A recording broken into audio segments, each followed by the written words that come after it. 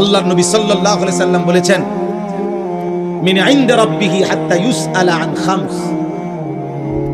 কিয়ামতের দিন কোন মানুষের পা কদম এক সুতা আগে বাড়বে না, এক কদম সামনে যেতে পারবে না। যাকে যেখানে ফেরেশতারা দাঁড় করাবে ওইখান থেকে এক কদম সামনে যেতে পারবে না যতক্ষণ না আল্লাহর নিকট 5টি প্রশ্নের উত্তর না দিবে।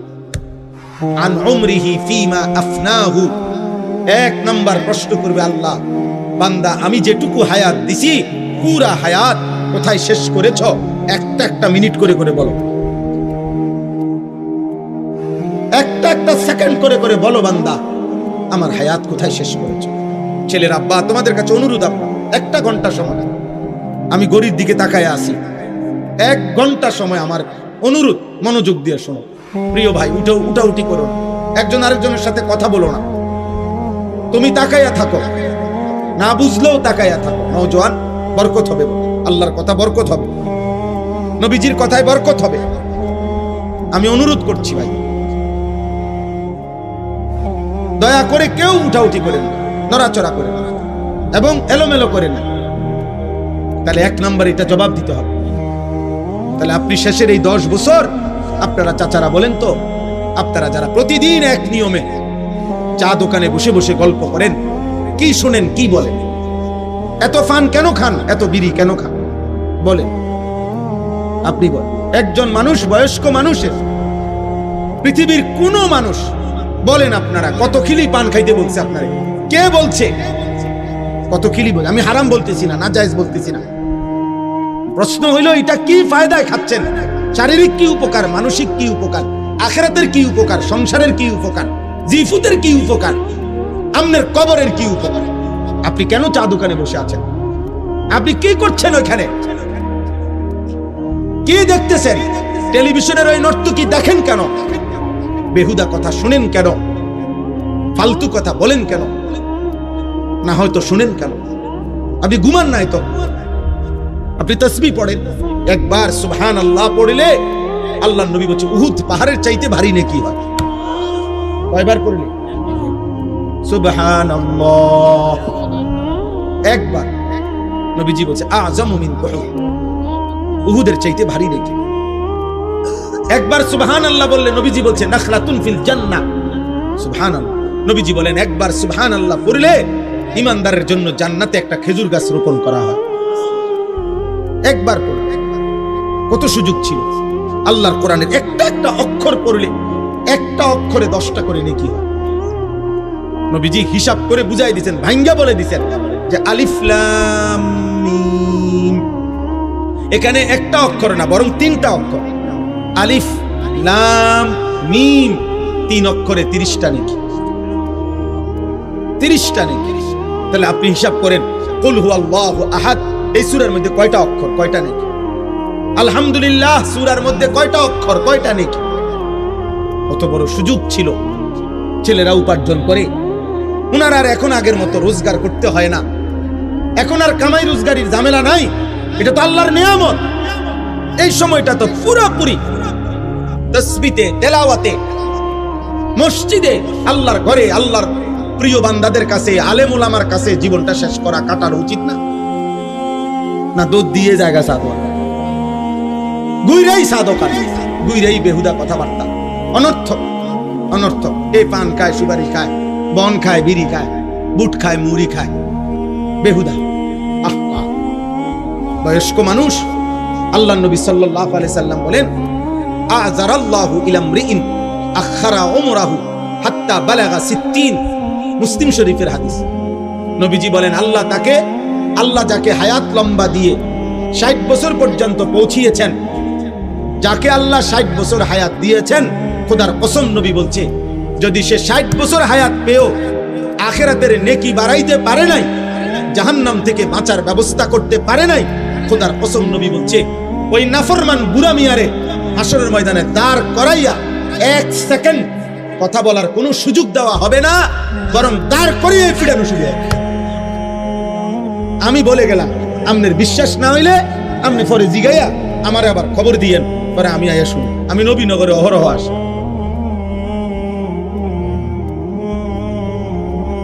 60 বছর হায়াত পেয়েও জান্নাতের পুঁজি নিতে পারল না। 60 বছর হায়াত পেয়েও কবরের সামান আখিরাতের নেকি বাড়াইতে পারলেন না। আর কত হায়াত দিত? 60 বছরে কতগুলো রাত গেছে, 60 বছরে কতগুলো দিন গেছে, 60 বছরে কতগুলো ঘন্টা গেছে, কতগুলো মিনিট গেছে। সুবহানাল্লাহ। আল্লাহ তাআলা আমাদেরকে বুঝার তৌফিক দান। প্রিয় ছেলেরা, বাবা, এবার তোমরা শোনো, তোমরাও শোনো ভাই। তোমাদের জন্য মূল কথা এটা কিতাবের মধ্যে লিখছে যে ইয়া মাশারাশ শাবাব, হাসান বসরি রাহমাতুল্লাহ আলাইহি বলেন, হে যুবক, প্রতিদিন তুমি লক্ষ্য রেখো, তুমি তাকাইয়া দেখো গাছ থেকে ফলের গাছে যে ফুলগুলো ফুটে, প্রথম যে ফুলগুলো বের হয় সবগুলো ফুল ফসল ফলে পরিণত হয় না। যতগুলো আমের ফুল বের হয় অতগুলো আম হয় না। 2 নম্বরে এরপরে যেগুলো আম হয় ততগুলো বড় হয় না। 3 নম্বরে যতগুলো বড় হয় ততগুলো পাকে না, বরং ঝরে যায় বেশি, থেকে যায় অল্প। অতএব হে যুবক, তোমার আশেপাশে 2-4 জন বৃদ্ধ দেখে হযরত হাসান বসরি বলেন, তুমি ভেবো না তুমিও ওই পর্যন্ত পৌঁছবা, কারণ ঝরে যায় বেশি, থেকে যায় কম, থেকে যায় কম। এই জন্য সর্বযুগে পৃথিবীতে, যেই কোনো যুগে পৃথিবীতে মনে রাখবেন, যেই কোনো বাড়ি, পাড়া, মহল্লা, যেই কোনো ঘর, সংসার, ফ্যামিলি, যেখানে দেখেন কিশোর, যুবক, নওজোয়ান, এই বয়সী যে পরিমাণ, বয়স্ক, বৃদ্ধ তার চাইতে অনেক কম। এটা একটা স্বাভাবিক পৃথিবীর নীতি। আমগো এই বাড়ি, মনে করেন, আমি আমার একটা উদাহরণ দেখাই। আমার বাপ চাচারা 4 জন ছিল। আমার বাবা চাচা মিলা 4 ভাই ছিলেন ওনারা। তাহলে আমার বাপ চাচা 4 ভাইয়ের, ওনারা 4 জনের, আমার বাবা, আমার জ্যাঠা, আমার ছোট চাচা 2 জন। তাহলে ওনারা 4 জনের ছেলে মেয়ে। আমরাই, আমার আব্বার ঘরে আমরা আছি 8 জন ভাই বোন। তাহলে আমাদের 4 জনেরই, আমার আব্বার ভাইদের সবাই মিলে 4 জনেরই সন্তান যা, সবাই আলহামদুলিল্লাহ। একজন মাত্র আমার বড় জ্যাঠার একজন ছেলে শুধু মারা গেছে। আমার বড় একজন জ্যাঠতো ভাই মারা গেছে এই পর্যন্ত, এই মধ্যে। আর বাকি 4 ঘরের ভাই বোন সবাই বাইচে আছে এখন আলহামদুলিল্লাহ। তাহলে আমরা বাপ চাচা 4 ফ্যামিলির ছেলে মেয়ে প্রত্যেকেই এখনো আছে, একজন বাদে। কিন্তু আমার বাপ চাচার মধ্যে শুধু আমার ছোট চাচা বাইচে আছে। তাহলে বয়স্ক আছে কয়জন? 1 জন। কিন্তু তাদের বংশধর আছে কমপক্ষে 30 জন। মানে এই যে হিসাব, তাহলে ছেলেরা এই যে বিবেকবান দোস্ত, সবাই একরকম বুঝবান না। নারী, ছবি, মোবাইল, বন্ধুদের আড্ডা, অসৎ দৃশ্য, অশ্লীলতা, বেহায়াপনা, ইবলিসের আক্রাইয়া ধরা, আল্লাহকে সেজদা না দেওয়ার কারণে যার উপরে প্রতি মুহূর্তে আল্লাহর লানত পড়ে, এরকম অসংখ্য অভিশপ্ত মানুষের কলিজা বন্ধ হয়ে যায়। যার ফলে পাথর তার উপরে দিল, পাহাড় তার বুকের উপরে রাখলো, তার কলিজার নড়ে না। এটা আল্লাহর লানত। এই জন্য অনেকের আছে যে যার মাথার উপরে যদি পাথরও দেওয়া হয় বুকের উপরে, সে নড়বে না। তার কথা যে আমি বুঝবো না, আমি সেজদা দেব না, আমি আল্লাহকে মানবো না। সোজা কথা, আমার উপরে যদি হিমালয় পর্বত আমার উপরে ফেলা হয়, আমারে যদি আটলান্টিক মহাসাগরও ডুবাই দেয়, আমি নাফরমানি চাও। এটা হলো যে আল্লাহ যার কলিজা মোহর মেরে দিছে, মোহর মেরে দিছে আল্লাহ। কোরআন শরীফ আছে, আল্লাহ নবীজিকে বলছে, বন্ধু, কেউ যখন পাপের সীমা লঙ্ঘন করে, আমি আল্লাহই তাকে 3টা শাস্তি দেই। 1 নাম্বার, আমি তার কান এবং তার অন্তর মোহর মেরে দেই, তার চোখের সামনে পর্দা ফেলে দেই। আল্লাহ বলেন, তখন মনে রাখবেন বন্ধু, ওই নাফরমানকে হেদায়েত দিবে আর কেউ থাকে না, আর কেউ থাকে না। আব্দুল কাদের জিলানীর বাপ কবর থেকে আসলো, আর তারে হেদায়েত দিতে পারবে, হেদায়েত দিতে পারবে। এজন্য লাগাতার গুনাহ, এটা বহুত বড় বিপদের বিষয়। গুনাহ আমারও আছে, আপনারও আছে। গুনাহ 2 রকম। এক হলো ব্যক্তির গুনাহ হয়, হোঁচট খায়, কিন্তু আবার সে শুধরায় নেয়। ভুল হয়েছে বুঝে আবার ঠিক করে নেয়, আবার সংশোধন করে নেয়। আরেকটা হলো লাগাতার গুনাহ, মিথ্যা বলে প্রতিদিন, ওজনে কম দেয় প্রতিদিন, সুদ খায় প্রতিদিন, কিস্তি নেয় নিয়মিত, ওজনে কম দেয় প্রতিদিন, ফজরের নামাজ পড়ে না একদিনও, গালি দেয় প্রতিদিন, খোদার 365 দিন একরকম পাপ। ওই নাফরমান শুধু পাপই না, বুঝা যায় আহা তার কপাল বড় মন্দ। হতে পারে আর কোনো দিন, আহারে আল্লাহ, আল্লাহ যদি আর না ফিরায় এই নাফরমান আর কোনোদিন আল্লাহর পথে হয়তো ফিরবে না। কিস্তিতে কিস্তিতে জীবন শেষ, সুদে সুদে হায়াত শেষ, মদে মদে হায়াত শেষ, জুয়া খেলতে খেলতে হায়াত শেষ, নাটক আর সিনেমার নর্তকী দেখতে দেখতে হায়াত শেষ, গালি দিতে দিতে হায়াত শেষ। আর কোনোদিন হয়তো নসিবে জুটবে না আল্লাহকে ডাকা, আর কোনোদিন নসিবে জুটবে না আল্লাহর ইবাদত করা। এই জন্য নওজোয়ান ভাই বাবা, প্রত্যেকের কাছে কথা এটা। গরম আমি জানি, আপনাদের কষ্ট হচ্ছে, আমি দেরি করছি না, কিন্তু এই কথাটুকু ধৈর্য ধরে শুনেন, এই কথাটুকু বুঝেন। ছেলেরা বাবা, তোমরা বুঝতে শেখো, তোমরা বুঝতে শেখো, তোমরা ভাবতে শেখো। তোমার হায়াতের কদর তুমি করো। এই পৃথিবীর কেউর হাতে এক শব্দ দুই শব্দ বলবে হয়তো কেউ, কিন্তু সারাক্ষণ তোমার নিয়ে পড়ে থাকবে এই সময় কারো নাই, কারো হাতে টাইম নাই। তোমার বাবারও কাম আছে, তোমার মারও ব্যস্ততা আছে, তোমার বড় ভাইয়েরও নিজস্ব কাজ আছে। এই সংসারে প্রত্যেকেরই আলাদা আলাদা ব্যস্ততা আছে। অতএব আমি যদি আমাকে নিয়ে না ভাবি, আমার ঈমান, আমার আমল, আমার আখিরাত, আমার কবর, আমার মিজান, আমার ফুলসিরাত, আমার হাসর আমি যদি না ভাবি, কে ভাববে? কে ভাববে বলেন? এজন্য আমরা প্রত্যেকেই, সময়ের বাস্তবতা হলো এখন আমরা বেশি অতিরিক্ত, সময়টা এখন এমন যে প্রত্যেকেই আলাদা আলাদা। ছেলে জানে না তার ডানে বামে আর কেউ তাকে যে ডাকবে, বাধা দিবে, এমন কেউ নাই, এমন কেউ নাই। মেয়ে তাকে টেনে ধরবে, কেউ নাই। মেয়ে মেয়ের মতো, ছেলে ছেলের মতো, মা মার মতো, বাবা বাবার মতো। যার কারণে আমরা প্রত্যেকে একসাথে পরিবার হয়েও ভিন্ন ভিন্ন। এই কারণে তোমাদের এই হালাত। আজ থেকে 30 বছর আগে, 20 বছর আগে এমন চিত্র বাংলাদেশে ছিল না। এত বেশি সংখ্যক একটি মহল্লায় বেনামাজি আগে এত ছিল না। এত বেশি সংখ্যক আল্লাহর নাফরমান আগে এত ছিল না। একটি গ্রামে একজন মানুষ যদি থাকতো অসৎ, কোন নারী বেহায়া, কোন পুরুষ লম্পট, তো পুরা গ্রাম তাকে ধইরা দেখা গেছে 10 গ্রামের মানুষের সামনে বিচার কইরা প্রকাশ্যে, এরপর অনেকের মাথার চুল কাটটাও গ্রাম ছাড়া করে দিছে, তুই যে বাইর। আজ আজ মহল্লাকে মহল্লা আমরা প্রত্যেকটা পুরুষ বাবা জেনে শুনে, অভিভাবক ছেলেটার হাতে একটা একটা মোবাইল তুলে দিছে। সবাই জানে দিবা নিশি আমার সন্তান অশ্লীল ছবি দেখে, উলঙ্গ ছবি দেখে, রাতভর নর্তকীর ছবি দেখে। নারী ছবি, অশ্লীল দৃশ্য দেখতে দেখতে এক একটা ছেলে, এক একটা মানুষের আখলাক, চরিত্র, যৌন চাহিদা হয়ে গেছে কুত্তার মতো, কুত্তার মতো, কুত্তার শুয়োরের মতো পাগল হয়ে গেছে। যার কারণে গোটা দেশ অনিরাপদ। 8 বছরের কন্যা ধর্ষিতা, 4 বছরের কন্যা ধর্ষিতা, 8 বছরের মেয়ে, তার দেহ টুকরা টুকরা, দেহ টুকরা টুকরা। তোমাদের কাছে আমি একটা ছেলের কাছে বলি, আব্বা আমি রাজনীতির মানুষ না, কিন্তু আমার একটা কথা, আমার এই বাংলাদেশে 92% মুসলমানের বাংলাদেশে, যেই বাংলাদেশে 3 লক্ষের চাইতে বেশি মসজিদ আছে, প্রতিদিন 5 ওয়াক্ত নামাজের আজান হয়, চারিদিকে এত দাড়ি টুপিওয়ালা মানুষ, এত মসজিদ, এত মাদ্রাসা, 30 লক্ষের মতো তালেবে ইলম যেই বাংলাদেশে মাদ্রাসায় পড়ালেখা করে, সেই পবিত্র ভূমিতে 8 বছরের বাচ্চা মেয়ে যদি ধর্ষিতা হয়, 8 বছরের মেয়ে যদি তার শরীর কল্লা যদি আলাদা করে ফেলে, কাইটা টুকরা করে ফেলে, আগামীর সমাজ বাঁচবে কিভাবে? এই সমাজে তো তোমাদের বোনও আছে, তোমাদের কন্যাও তো আছে, বলো না ভাই?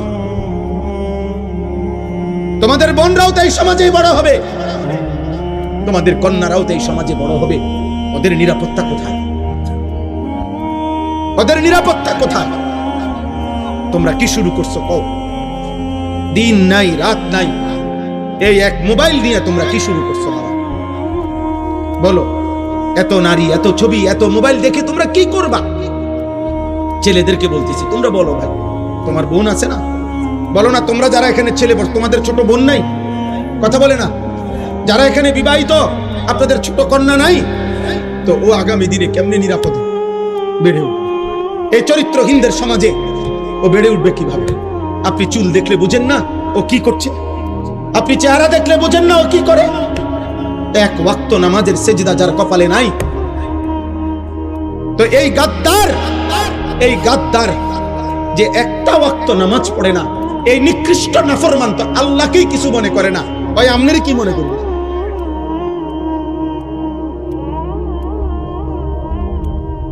ও তার সৃষ্টিকর্তাকে কিছু মনে করে না, পালনকর্তাকে কিছু মনে করে না।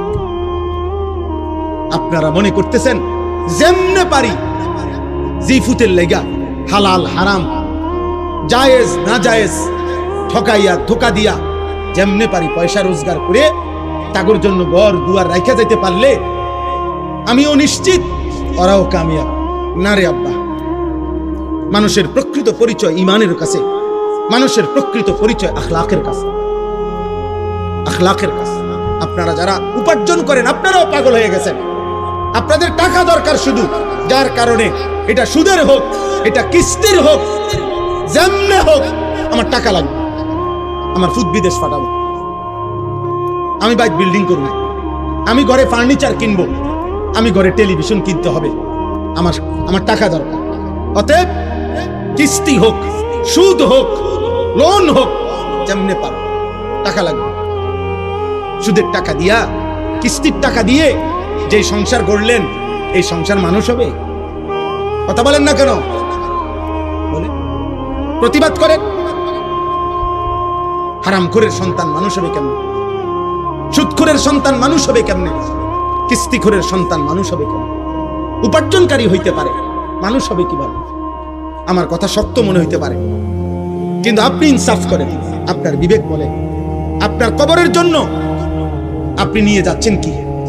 আমরা যারা মরতে যাব, কবরে যাব, আপনার 4টা ছেলে একটাও নামাজ পড়ে না, আপনি কি নিয়ে যাচ্ছেন কবরে? আপনার ছেলের বউ পর্দা করে না, আপনি কি নিয়ে কবরে যাচ্ছেন? আপনার ঘরে প্রতিদিন রঙিন টেলিভিশন চলে, আপনি কি নিয়ে কবরে যাচ্ছেন?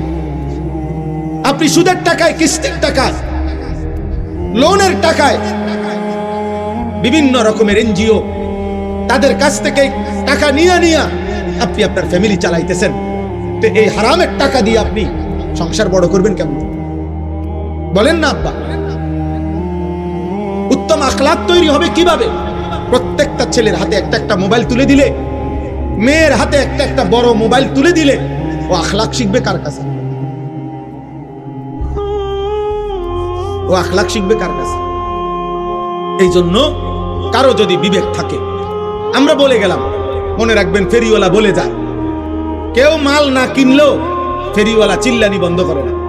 ফেরিওয়ালা প্রত্যেক গলিতে গলিতেই তার মালের ঘোষণা দেয়, বলতেই থাকে। হতে পারে 3 ঘন্টায়ও একজন কাস্টমার মিলে নাই, তারপরও ফেরিওয়ালা বলা বন্ধ করে নাই। আমরা ফেরিওয়ালা, আমরা বলে যাচ্ছি, আমরা আপনাদেরকে বলে যাচ্ছি, আপনারা দয়া করে ছেলেরা, বাবা তোমরা আল্লাহর দিকে ফিরো, তোমাদের এই চুল চেহারা ঠিক করো, তোমরা নারীর আকর্ষণ কমাও, মোবাইলের আসক্তি কমাও। বাবা, এই সমাজ অনিরাপদ। প্রতিদিন বাংলাদেশে 2 জিনিসের বাংলাদেশে মহামারীর মতো, এক হলো ধর্ষণ, আরেক হলো পরকিয়া। মহিলার স্বামী আছে, মহিলা অন্য পুরুষ তালাশ করে, পুরুষের স্ত্রী আছে, কিন্তু এই নাফরমান অন্য মহিলা তালাশ করে। আহা, এই সমাজ টিকবে কেমন? ছেলে মেয়ের পরিচয় আসবে কোত্থেকে? হালাল হারামের পরিচয় আসবে কোত্থেকে? হ্যাঁ বলো, বলো ভাই। আমি প্রত্যেক দিন চিল্লাই, তোমরা যারা এখন অবিবাহিত, আগামী 10 বছর পরে তোমরা বিয়ে করলে, তো তোমাদের যেই বিবি, তোমাদের জন্য যেই কন্যা আল্লাহ চাইতো বিবাহ করবে, তো সেও তো এই সমাজেই বড় হইতেছে। তো এই চরিত্রহীনদের সমাজে সেও যদি ছবি আর মোবাইল আর হারাম প্রেমে আসক্ত হয়, তো তুমি উত্তম স্ত্রী, নেককার পবিত্র নারী করতে পারো আসমান থেকে? তাহলে আমাদের সবার ভালোর জন্য, আমাদের সবার কল্যাণের জন্যই আমাদের চরিত্রের পবিত্রতা দরকার, আমাদের জন্যই দরকার। আমাদের মোবাইলের নর্তকী আর ঘরের স্ত্রী এক কথা না। মোবাইলের নর্তকী তো দেখা শেষ করলাম, কিন্তু ঘরের বিবি তো সংসার করতে হবে। মোবাইলের নর্তকী যত খারাপ হোক চাইয়া শেষ করলাম, কিন্তু ঘরের স্ত্রী যদি 2 নম্বর হয়, তখন না বুঝবা জাহান্নামের আগুন কাকে বলে, তখন না বুঝবা দুনিয়া কত কষ্টের, কত কঠিন। তখন তো দুনিয়ার জীবনটা হয়ে যাবে জাহান্নামের আগুন। এই জন্য সবার কাছে বললাম, আপনারা আপনাদের স্ত্রী, ছেলে মেয়ে, ভাইয়া, তোমরাও ভাই বোন সবাই মিলে আল্লাহর দিকে ফেরো বাবা, আল্লাহর দিকে ফেরো। আমি শুধু একজন বক্তা হিসাবে বলি নাই, আমি আমার অন্তর থেকে বললাম, তোমরা এই চুল, চেহারা, এই লেবাস, এই পোশাক, এই সারাদিনের এই চলাফেরা, এটা সুন্দর না পাও। অনেক ছেলে এখানে যে কয়জন বসছো, অধিকাংশ ছেলেই চেহারা দেখে বোঝা যায় বেনামাজ। আহা, বা নামাজ ছাড়া জীবনের কোনো মূল্য নেই। যে কপাল সেজদা দেয় না, যে সেজদা বিহীন কপাল, হ্যাঁ, আমরা বলেন যারাই নামাজ পড়ে না, তারা কি আল্লাহর হুকুম নামাজ পড়া, আর যে নামাজ পড়ে না, তো সে আল্লাহর হুকুমকে পাত্তা দেয় না, তার মনের ইচ্ছা মতো চলে? কথা বলেন না, সবাই বলেন। তো কোরআনুল কারীমের মধ্যে আছে, এই কোরআনে আছে যে তার মনের ইচ্ছা মতো চলে, আল্লাহর হুকুমের পাত্তা দেয় না, খোদার কসম আল্লাহ তাকে বলছে তার জীবন কুত্তার জীবন, কুত্তার জীবন, কুত্তার জিন্দেগি, কুত্তার জিন্দেগি। ওই জিন্দেগি সেজদা নাই যেই কপালে, ওর জীবন কুত্তার জীবন। কোরআন শরীফের আয়াত। ফামাসালুহু কামাসালিল কালব, আল্লাহ বলছে তার জীবন, তার উদাহরণ কুকুরের মতো, কুকুরের জীবন। বলো ভাই, তাহলে এই পরিচয়ে খুশি? বেনামাজি ভাই বলো, এই পরিচয়ে খুশি তো তুমি? এই পরিচয়ে ভাল লাগছে তো? আল্লাহ যারে বলছে কুত্তার জীবন, পৃথিবীর অন্য মানুষে কি বলে তা দিয়ে আসবে কি যাবে? সৃষ্টিকর্তা বানানেওয়ালা কোম্পানি, যেটা ওনারা যদি, যারা বানায় কোম্পানি যদি বলে এটা 2 নম্বর, বাকি মানুষ এটা 1 নম্বর বলে কি লাভ? তো যিনি সৃষ্টিকর্তা তিনি বললেন তোর জীবন কুত্তার জীবন, তো অন্য কেউ তোমারে অন্য আরো অনেক কিছু করলে কি লাভ বললে? বুঝেন নাই কথা? আমাদের নবী সাল্লাল্লাহু আলাইহি সাল্লাম ইন্তেকালের পূর্বে শেষ কথা বলেছেন নামাজের কথা। উম্মত নামাজ। হযরত ওমর ইন্তেকালের পূর্বে শেষ কথা বলেছেন নামাজের কথা। হযরতে খুবাইব শাহাদাতের পূর্বে শেষ কথা বলেছেন নামাজের কথা। ইমামে হুসাইন শাহাদাতের পূর্বে শেষবারের মতো কারবালার প্রান্তরে সবার সামনে তিনি নামাজের সেজদা দিয়ে বলছিলেন, আমি আল্লাহকে সেজদা করছি, অতএব হে আমার বিরোধীরা, তোদের যার মন চায় আমারে হত্যা কর, খুন কর, আর অসুবিধা নাই, আমি সেজদা দিয়ে এসেছি, নামাজ আদায় করে ফেলছি। আমি সেজদা দিলে মুমিনের আর কোনো অতৃপ্তি থাকে না, অতৃপ্তি থাকে না। আমরা কিতাবে পড়ছি নামাজের, সালাতের মূল অর্থ হইল আগুনে পুরাইয়া বাঁকা কাঠ সোজা করা। এই জন্য যে ব্যক্তি 5 ওয়াক্ত নামাজ পড়ে সে যেন প্রতিদিন নিজেকে আগুনে পুরাইয়া সোজা রাখে। এই জন্য বুজুর্গানে দিন মুহাদ্দিসিনে কেরাম বলে 5 ওয়াক্ত নামাজে মনে হচ্ছে যে যেন নিজেকে আগুনে পুরাইয়া সোজা রাখছে। তো দুনিয়াতে যে নিজের আগুনে পুরাইছে নামাজের মাধ্যমে, তো আশা করা যায় আল্লাহ তাআলা তাকে দ্বিতীয়বার জাহান্নামের আগুনে পোড়াবে না। অপেক্ষা করো ছেলেরা, বেনামাজি নাফরমান, অপেক্ষা করো। ভাতে তো খাও, আমরাও ভাত খাই। রাত হইলে তুমি ঘুমতে যাও, আমরাও ঘুম যাই। আমাদেরও বিবি আছে, আমাদেরও 4টা সন্তান আছে, আমাদেরও বিল্ডিং আছে, আমাদেরও সোফা আছে, আমাদেরও ফ্রিজ আছে, আমাদেরও এসি আছে, আমাদেরও গাড়ি আছে। আমরাও বাজার সদাই চিনি, আমরাও চাল ডাল মাছ ভাত গোশতই খাই। অতএব দুনিয়া ইমানদার নাফরমান স্বাভাবিকভাবেই ভোগ করছে, কিন্তু আখিরাত, কবর, মৃত্যুর পর কথা বলেন কি হবে সেদিন বলেন? এজন্য হারাম উপার্জন বন্ধ করেন, সুদের টাকা বন্ধ করেন, কিস্তির টাকা বন্ধ করেন, অবৈধ উপার্জন বন্ধ করেন। নিজেদের মা বোনদেরকে বুঝান, অভাবে পড়ে গেল আল্লাহর কাছে বলেন, আল্লাহর কাছে বলে চোখের পানি ফেলেন। আমরা সেই নবীর উম্মত যেই নবী আমাদের, যার ঘরের চুলায় কসম আম্মা জান আয়েশা রাদিয়াল্লাহু তাআলা আনহা নবীজির স্ত্রী বলছেন 3 মাসে কোনদিন, 3 মাস টানা নবীজির বিবি বলছেন আমরা 9 জন বিবি নবীর ছিলাম, কারো ঘরে টানা 3 মাসে কোনদিন চুলায় রান্না করা কোনো খাবার জোটে নাই। চুলায় রান্না করা কোনো খাবার জোটে নাই 3 মাস কোনদিন। হযরত আয়েশার বনফুত বাগিনা জিজ্ঞেস করছে আম্মা, খালাম্মা তাহলে আপনারা কেমনে বাঁচলেন? তিনি বলছেন এই 3 মাসই টানা প্রতিদিন শুধু খেজুর আর পানি খাইয়া জিন্দেগি কাটাস। নবীজির সাথে, নবীজি সহ আমরা পেটে পাথর বাঁধা ক্ষুধার কষ্টে সেই নবীর উম্মত। আমরা হারামখোর না, আমরা হারামখোর হব কেন? আমরা সুদখোর হব কেন? আমরা কিস্তেখোর হব কেন?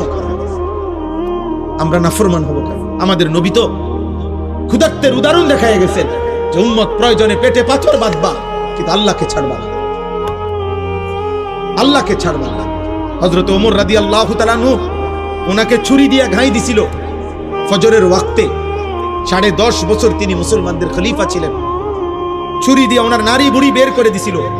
এই নারী বুড়ি দিয়া মুখ দিয়া খাবার ওষুধ দিলে এদিক দিয়া বাইর হইয়া যাইত। আল্লাহর কসম কিতাবে আছে এই অবস্থায় চাপ দিয়া নারী বুড়ি ধইরা রাখাও 3 দিন তিনি বাইচা ছিলেন। এরপরেও ওই 3 দিন তিনি এই অবস্থাতেও 5 ওয়াক্ত নামাজ তিনি আদায় করেছেন। হযরত ওমর রাদিয়াল্লাহু তাআলা আনহু বলতেন যার নামাজ নাই ইসলামের মধ্যে তার কোনো অংশ নাই। লা হাজ্জা ফিল ইসলাম লিমান লা সালাতা লাহু, যার কপালে সেজদা নাই ইসলামে তার। দোস্ত ফাইজলামি না করে উঠে গেলে ভালো। এই ছেলে, এই বেয়াদব, উঠে গেলে ভালো বেটা। আব্বা উঠো, অনেকক্ষণ হয়ে গেছে, এতক্ষণ দুষ্টামি ছাড়া থাকে কেমনে? যাও আব্বা, চলে যাও। আরো অনেকেই উঠছে, তুমি উঠে যাও। হ্যাঁ, এই সমাজের সবচেয়ে বড় মুসিবত বন্ধু নামের অসৎ দুষ্ট অসংখ্য ছেলেকে ভালো থাকতে দেয় না। কোন মানুষের জীবনের সবচেয়ে বড় অভিশাপ অসৎ সঙ্গী, যে তাকে নষ্ট করে দেয়, যে তাকে গুনার আড্ডায়, নারীর আড্ডায়, জুয়ার আড্ডায়, মদের আড্ডায়, নেশার আড্ডায়, মোবাইলের আড্ডায় ভাসায় দেয়। অসংখ্য মায়ের স্বপ্ন বৃথা হয়ে যায় খারাপ বন্ধুর খপ্পরে। অসংখ্য বাবার স্বপ্ন বৃথা হয়ে যায় অসৎ সঙ্গের কারণে। বাবা হয়তো স্বপ্ন দেখছিল ছেলে আমার অনেক জ্ঞানী গুণী হবে, অসৎ বন্ধু শেষ করে। মা হয়তো স্বপ্নে দেখছিল, অনেক স্বপ্ন নিয়েছিল, বুকের মানিক আমার 2 বছর দুধ পান করাইছি, আশা ছিল মার, কিন্তু ওই বন্ধুদের খপ্পরে পড়ে নিয়ন্ত্রণ। একটা ছেলে বলো, নাই তো তোমরা একটা যদি মুসলমানের বাচ্চারা বলো যে তোমরা যারা এই বেঈমানের মতো চুল রাখছো, এটা তোমরা তোমাদের বাবাকে দেখে না। এই চুল তোমরা তোমাদের বাবার দিকে তাকাইয়া রাখো না, তোমার দাদা, তোমার নবী, তোমার মসজিদের ইমাম, তোমার প্রতিষ্ঠানের শিক্ষক, আর স্কুলের কোন ছাত্র বলো, একটা স্কুলের ছেলে বলো, তোর স্কুলের যে টিচার বেটা, ওই টিচারের মাথারও তো এমন চুল নাই, তাহলে তুই কোন বেঈমানের থেকে চুল নিবি?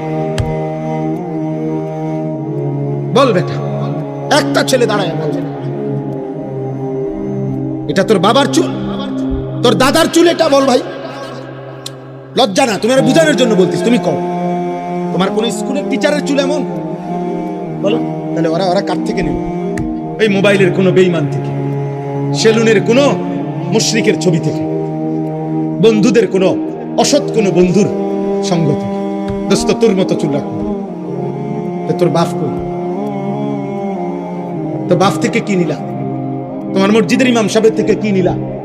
তোমার স্কুলের, মাদ্রাসার, তোমার প্রতিষ্ঠানের শিক্ষকের থেকে তাহলে কি নিলা? বলেন। আপনারা চেষ্টা করেন, আপনারা ফেরান। আমরা একা সম্ভব না। মানুষের পরিবর্তন এটা তাবিজ না, এটা বড়ি না রে আব্বা। একটা বড়ি দিয়ে দিলাম, খাইলেই জুনায়েদ বাগদাদি। একটা ফু দিয়ে দিলাম, ফু দিলেই আব্দুল কাদের জিলানী না। আব্দুল কাদের নিজে কোনো ফু দিয়ে হয়েছে না। আব্দুল কাদের জিলানী রাহমাতুল্লাহ আলাইহি উনি এত বড় সাইয়্যিদুল আউলিয়া হইছেন ফু দিয়ে না, উনারে আরেকজনে ফু দিছে আর উনি কি মেহনত করে হয় নাই? আল্লাহরে ডাইকা হয় নাই? চোখের পানি ফেলে হয় না? আল্লাহ আমাদেরকে বুঝার তৌফিক দান করুন। দয়া করে প্রত্যেকে কুরবানির সামনে নিজের জীবনের উপরে দয়া করে আমাদের এই সমাজটা সুন্দর করা দরকার। তোমরা ছেলেরা নামাজি হওয়া দরকার আব্বা। সমাজের চারিদিকে বিশৃঙ্খলা, সারা বাংলাদেশে আজকে প্রতিবাদ চলতেছে। এই 8 বছরের কন্যা বোন, ফুটফুটে চেহারার এক বোন, মুসলিম মেয়ে রামিসা, এই ছোট্ট বোনকে এক দুষ্ট, এক নিকৃষ্ট নাফরমান ধর্ষণ করে তার শরীরটা টুকরা করে ফেলছে। এই বিভৎস দৃশ্য আমাদেরকে দেখতে হয়েছে এই দেশে। আমরা কোথায়? আমাদের ইসলাম কোথায়? এত মসজিদ, এত মাদ্রাসা, এত আজান।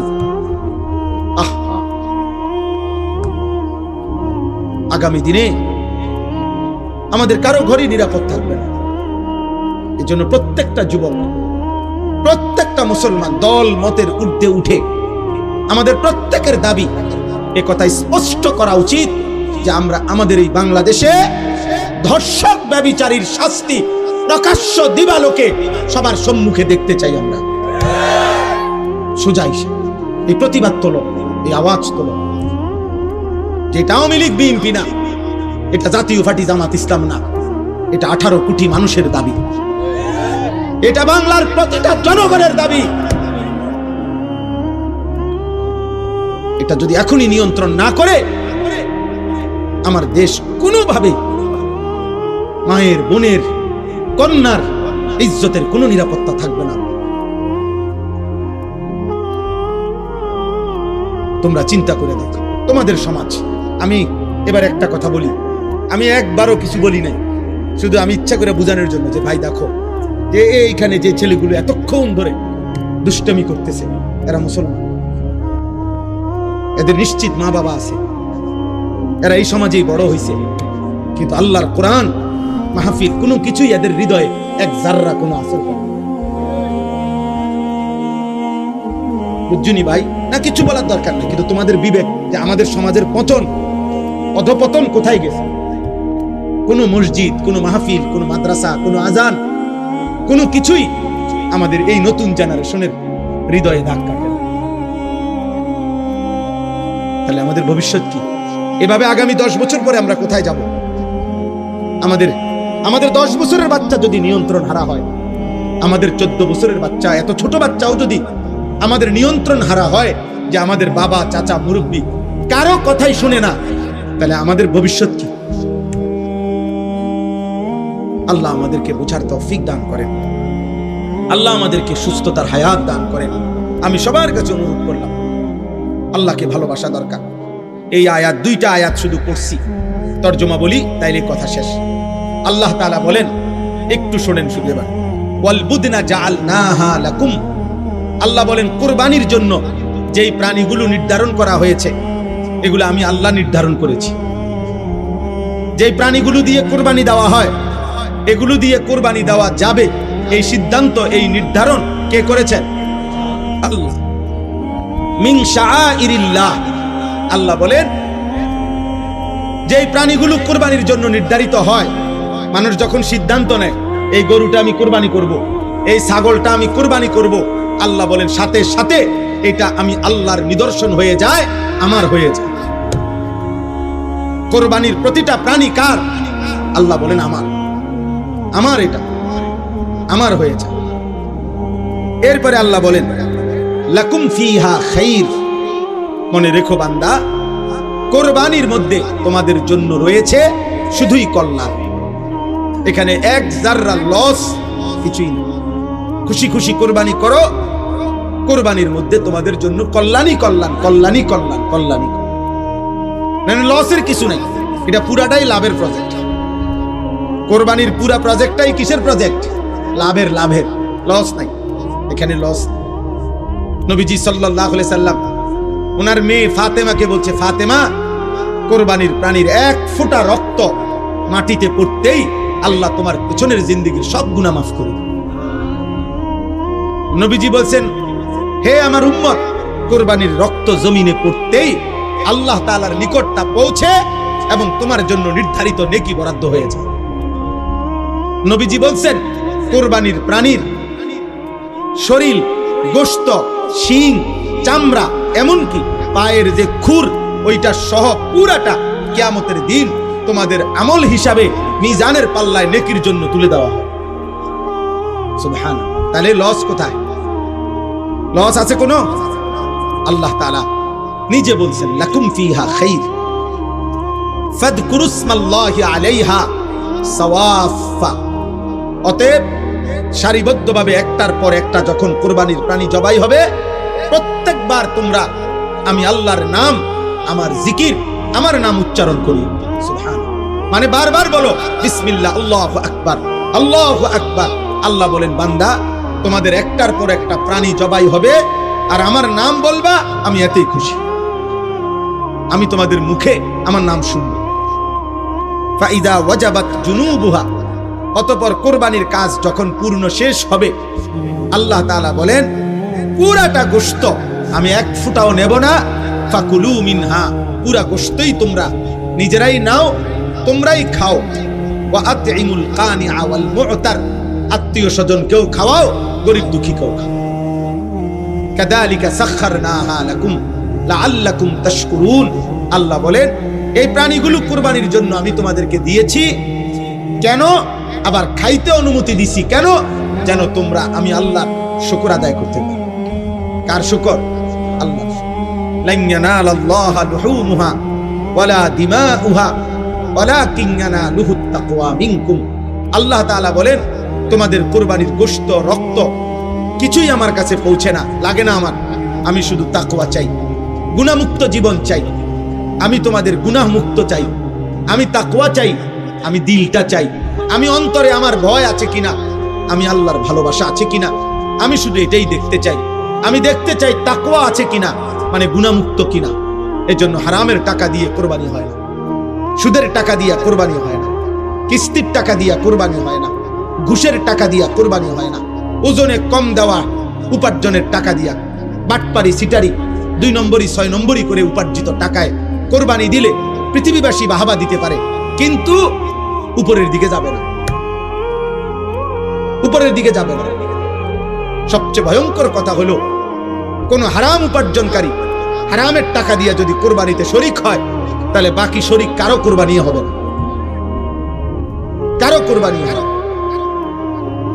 হ্যাঁ, ওই জন্য আল্লাহ তাআলা বলছে, আমি শুধু তাকওয়া চাই। এজন্য আমি প্রায় বলি, কোরবানির দিন গরু জবাই হয়, যখন পশু জবাই হয়, সবাই তাকায় ওই গরুটার দিকে, আল্লাহ তাআলা তাকায় বান্দার দিলের দিকে। সবাই তাকায় জন্তুর দিকে, রব তাকায় বান্দার অন্তরের দিকে। অন্তরে আল্লাহর ভয় আছে কিনা, গুনাহমুক্ত কিনা। নাইলে আল্লাহ বলে, তোমার গোশত তুমি খাও, আমি নিতাম, কিচ্ছুই নিতাম, যা,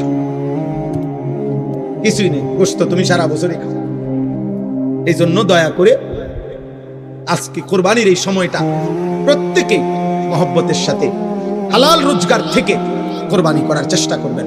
বলেন ইনশাআল্লাহ, বলেন ইনশাআল্লাহ। আল্লাহ তাআলা আজকের এই মুবারক মাহফিল আল্লাহ কবুল করে নেন। আপনাদের এই ফিকির, আপনাদের এই মেহনত আল্লাহ তাআলা কবুল করে নেন। আপনারা যাদের বিবি, আপনাদের স্ত্রী, কন্যা, ছেলে মেয়েদেরকে আল্লাহর দিকে ফেরাবার চেষ্টা করেন, আব্বা ফিকির করেন, চেষ্টা করেন। আবারও বলছি, আফসোসের বিষয়, আফসোস। আরে পুরুষ বলেন, মহিলা বলেন, কিস্তির টাকা হারাম, কিস্তির টাকা হারাম, সাফ কথা। আপনি রাগ হইলেও কিছু করার, আপনি মানা করে দিয়েন যে এমন হুজুর আর আইনো না, অসুবিধা নেই। আপনি বলে দিয়েন এমন মাহফিল আর করাইও না, অসুবিধা নেই। কিন্তু হারাম হারাম। এখন যে দুপুর, এটা তো আমরা সবাই জানি, ঠিক না? এখন যে দুপুর, এখন যে দুপুর নাকি কি, এখন আমাদের সবার কাছে রাত কিনা, এখন না, এই ঠিক।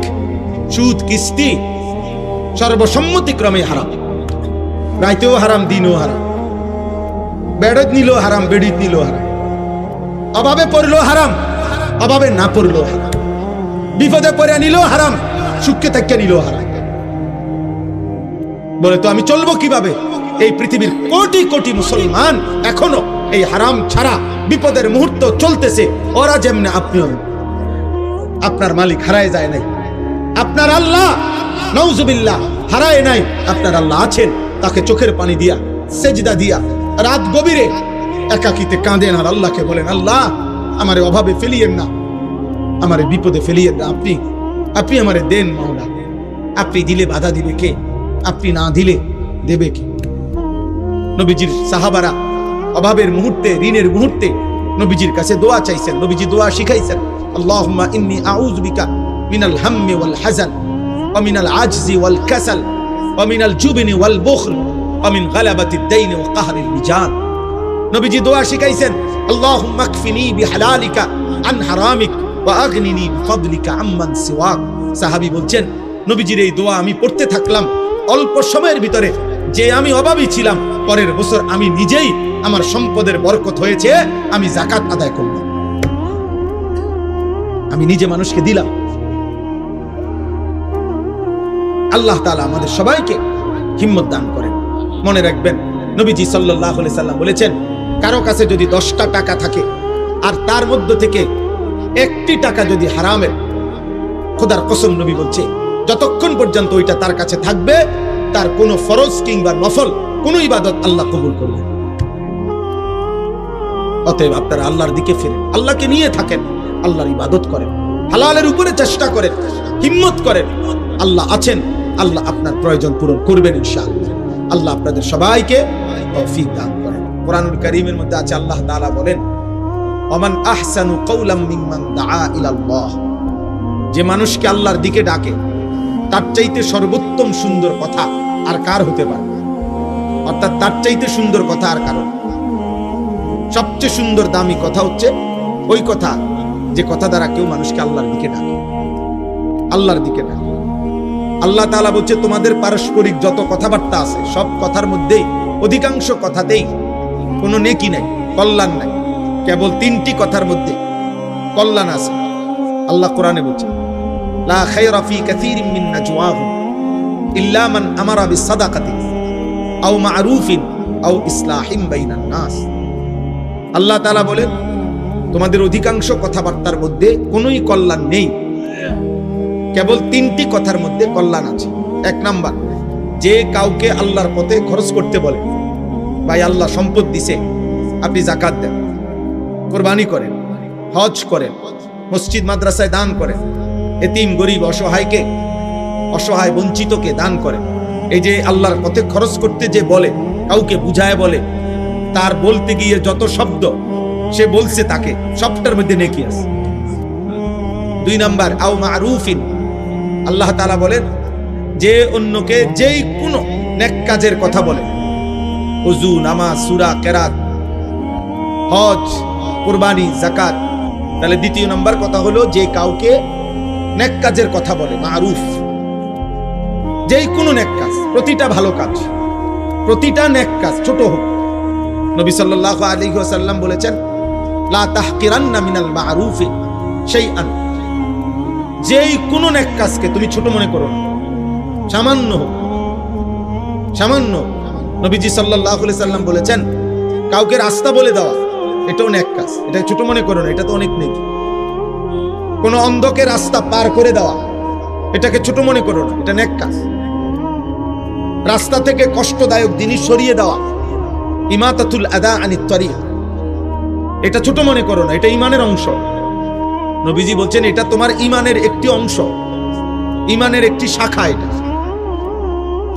এরকম আল্লাহ নবী সাল্লাল্লাহু আলাইহি সাল্লাম বলছে, আরেকজন ভাই, তুমি 1 বালতি পানি উঠাইছো, আরেকজন দুর্বল মানুষ আসছে, উনি খালি বালতি নিয়ে, তুমি যদি তোমার নিজের বালতির পানিটা তার বালতিতে দিয়ে দাও, এই জন্য যে উনি দুর্বল মানুষ, আমি তো আরেকটা নিতে পারবো উঠাইয়া।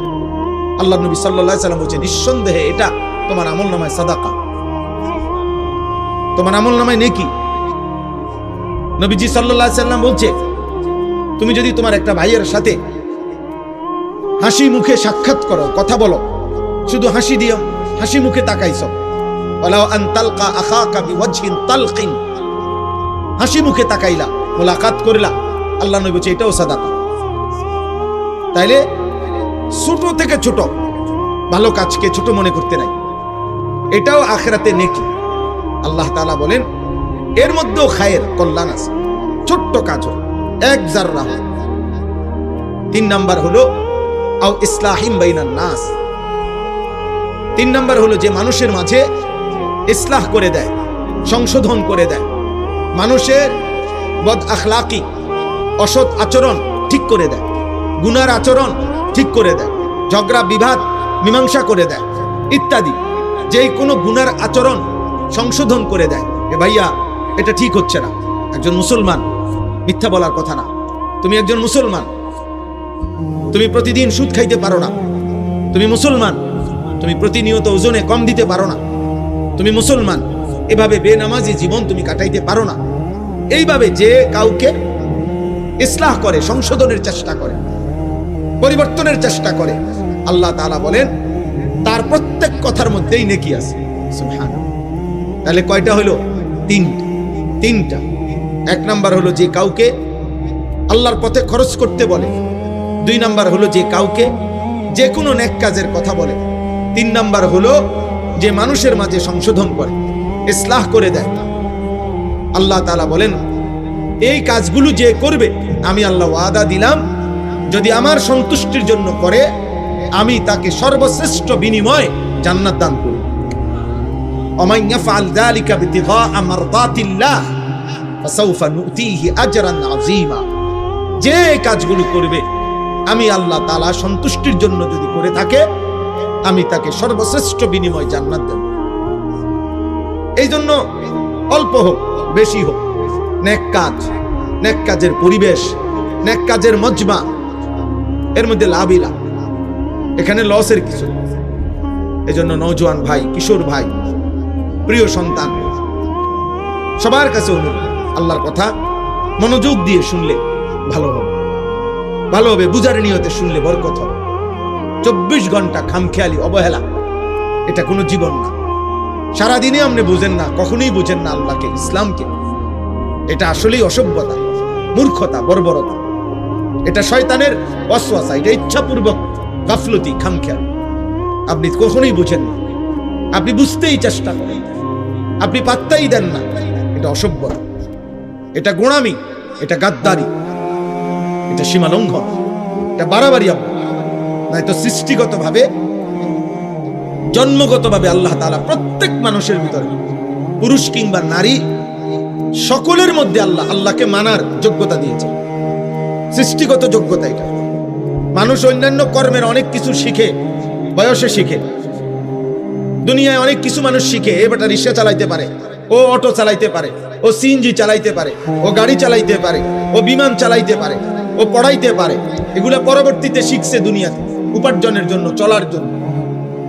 এগুলো একজনে পারে, আরেকজনে পারে না।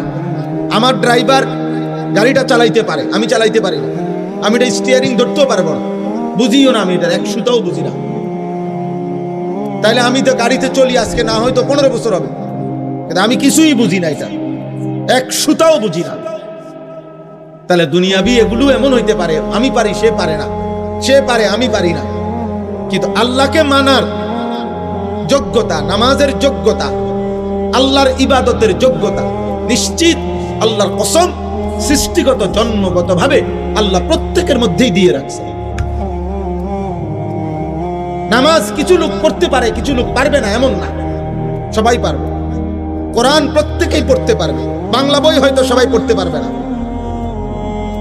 ইংরেজি বই হয়তো সবাই পড়তে পারবে না, উর্দু সবাই পারবে না, হিন্দি ভাষা সবাই পারবে না, কিন্তু কোরআন প্রত্যেকেই পড়তে পারবে। এটা আল্লাহর ওয়াদা। সে যেই ভাষাভাষী হোক, বাংলাভাষী হোক আর উর্দু ভাষী হোক, আরবি ভাষী হোক আর ফার্সি ভাষী হোক, ইংরেজি ভাষা হোক, যার ভাষা যেটাই হোক, আল্লাহর কোরআন, আল্লাহ বলেন আমি যোগ্যতা দিয়েছি। তাহলে এই জন্য যেই মুসলমান মনে রাখবেন আল্লাহর কোরআন পড়তে পারে না, জওয়ান কিংবা বুড়া, মূল কারণ একটাই, আপনি গাফেল। আপনি ইচ্ছা করে আখিরাতকে ভুলে গেছেন, আপনি ইচ্ছা করে মস্কারি করতেছেন, ফাজলামি করতেছেন, আপনি অহংকারী, আপনি মুতাকাব্বির, অহংকারী, আপনি গাদ্দারি করছেন। আপনি পারতেন, প্রত্যেকে, এই বুড়া মানুষও যারা আল্লাহর কোরআন সহি শুদ্ধ পড়তে পারে না, একমাত্র কারণ গাদ্দারি কারণ। বুড়া মিয়া আখিরাতকে পাত্তা দেয় না। নাইলে 90 বছর না, যার বয়স 900 বছর, এই 900 বছরের বুড়া মানুষের পক্ষেও আল্লাহর কোরআন সহি শুদ্ধ করা 100% সম্ভব। 90 বছর বয়সেই সম্ভব, আজকের থেকে নিয়ত করলেও সম্ভব। কিন্তু উনি মূলত কথা হইলো উনি শিখবে না, উনার কথা হইলো আমি আমার মতো চলবো। বুঝছেন? অহংকারী এটা। বয়স্ক মানুষ মনে রাখবেন, স্কুল কলেজ ইউনিভার্সিটিতে যারা বড় ভাই, তোমরাও মূলত গাফলত। তোমাদের প্রত্যেকের শরীরে জীবনের মধ্যে আল্লাহকে শিখার, আল্লাহর কোরআন শিখার যোগ্যতা আল্লাহ দিয়ে রাখছে, কিন্তু আমরা ইচ্ছা করে শিখি না। আমরা এটাকে কোনো বিষয় মনে করি, আমরা পাত্তা দেই না, পাত্তা দেই। বাংলাদেশে, শুধু বাংলাদেশে শত শত আইটেমে কোরআন শিখার বুদ্ধি, পদ্ধতি, সিস্টেম আছে।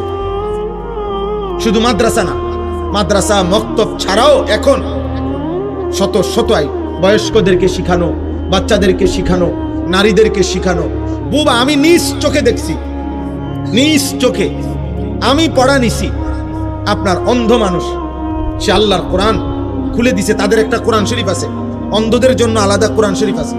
পরে যেই কোনো পৃষ্ঠা খুলে দিলে এমনি হাত লাগায় আর সে তেলাওয়াত করে, বিশুদ্ধ তেলাওয়াত। আমি আমার নিজ চোখে দেখছি, নিজ কানে শুনেছি। আজকে মনে 4 বছর হয় আমাদের সাথে একজন হাফেজ সাহেব, বাংলাদেশের শ্রেষ্ঠ কারীদের অন্যতম হাফেজ মুআজ্জম হুসাইন উনার নাম, বা আন্তর্জাতিক কারী বাংলাদেশের। উনি অন্ধ, একদম অন্ধ, অন্ধ। আমাদের সাথে এতেকাফ করে আজকে 3-4 বছর ধরে আমার সাথে, আমার শায়েখ আল্লামা মুফতি মুশতাকুর নবী সাহেবের সাথে। ও কোরআন শরীফ পড়লে মনে হয় যেন আসমান থেকে নাজিল হইতেছে। আপনি মোবাইলে শুনে দেখেন, কলিজা ছিঁড়ে যাবে তার তেলাওয়াত। শতভাগ অন্ধ, সে কিভাবে আল্লাহর কোরআন শিখে? এবং আরব দেশের বড় বড় কারি যারা, ওনাদের লাহানে তেলাওয়াত করতে পারে একদম বিশুদ্ধ। আর বুড়া মিয়া হুদা জানে বন খাইতো, বুড়া মিয়া জানে শুধু গপ মারতো, বুড়া মিয়া জানে শুধু চা দোকানে বিড়ি খাইতো, রঙের কথা কয়। বুড়ো হইয়া গেছে, তো বুড়ো হয়ে গেছেন, আপনার কি জোয়ান হইতেন নি? আপনি এখন শিখেন, আপনি এখন শিখেন। 10টা বছর আপনার হায়াতে অবসর ছিল, শেষ বয়স 20 বছর মনে বেকার কাটাইছে, কোনো উপার্জনও করে নাই, সংসারে কামও করে না, শুধু চা দোকান আর ঘুম। উনি ইচ্ছা করলে পারতো না? কথা বলেন না কেন? আপনি একটা একটা শব্দ শিখেন, একটা একটা শব্দ শিখেন না ইমাম সাহেব থেকে। আলহামদুলিল্লাহ, এটাই শিখেন আজকে। এই একটা শব্দ 3 দিন পড়ে, রব্বিল আলামিন, রব্বিল আলামিন, রব্বিল আলামিন, এই পড়া শেষ। এটাই 10 বার করে যান না। কতক্ষণ দরকার? 10 মিনিট না, না দৌড়াইয়ে সাদওয়ানে যান, দৌড়াইয়ে টেলিভিশন। মিথ্যা বললাম? নাহলে প্রতিবাদ করেন, এখানে অনেক মুরব্বী আছেন, সামনে দাঁড়াইয়ে প্রতিবাদ করেন। আপনি পারবেন না? আমার লগে চলেন, ফ্রি পড়ামো। আপনি আমার সাথে আজকে চলেন গাড়িতে, আমার মাদ্রাসায় খাইবেন, ঘুমাইবেন, ফ্রি পড়াবো। আমার মাদ্রাসার উস্তাদ আছে, আমি পড়াবো, আপনারই শিখাবো, আপনি সময় দেন। সম্ভব, 100% সম্ভব। কিন্তু মূল কারণটা কি? ও আখিরাত লাগবে না। এই জোড়াতালি দিয়ে যে নিজের বুঝ মতো যা করে মনে করছে এটাই আখিরাত। না রে বাবা, আখিরাত অনেক লম্বা, হাসরের ময়দান অনেক লম্বা। হাসরের ময়দান 50,000 বছর। কোরআনের আয়াত 50,000 সানা। আল্লাহ তাআলা কোরআনে বলছে হাসরের ময়দান লম্বা হবে 50,000 বছর। তাহলে হাসরের ময়দানের এই হিসাব চলবে 50,000 বছর। আপনি কি মনে করছেন 60 বছরের এক এক সেকেন্ড, 40 বছরের এক এক সেকেন্ডের হিসাব, লম্হা মুহূর্ত, পলক, চোখের একটা পলকের হিসাব আল্লাহর কাছে দিতে হবে, যত সময় লাগবে। লা তাজুলু কাদামা ইবনে আদম,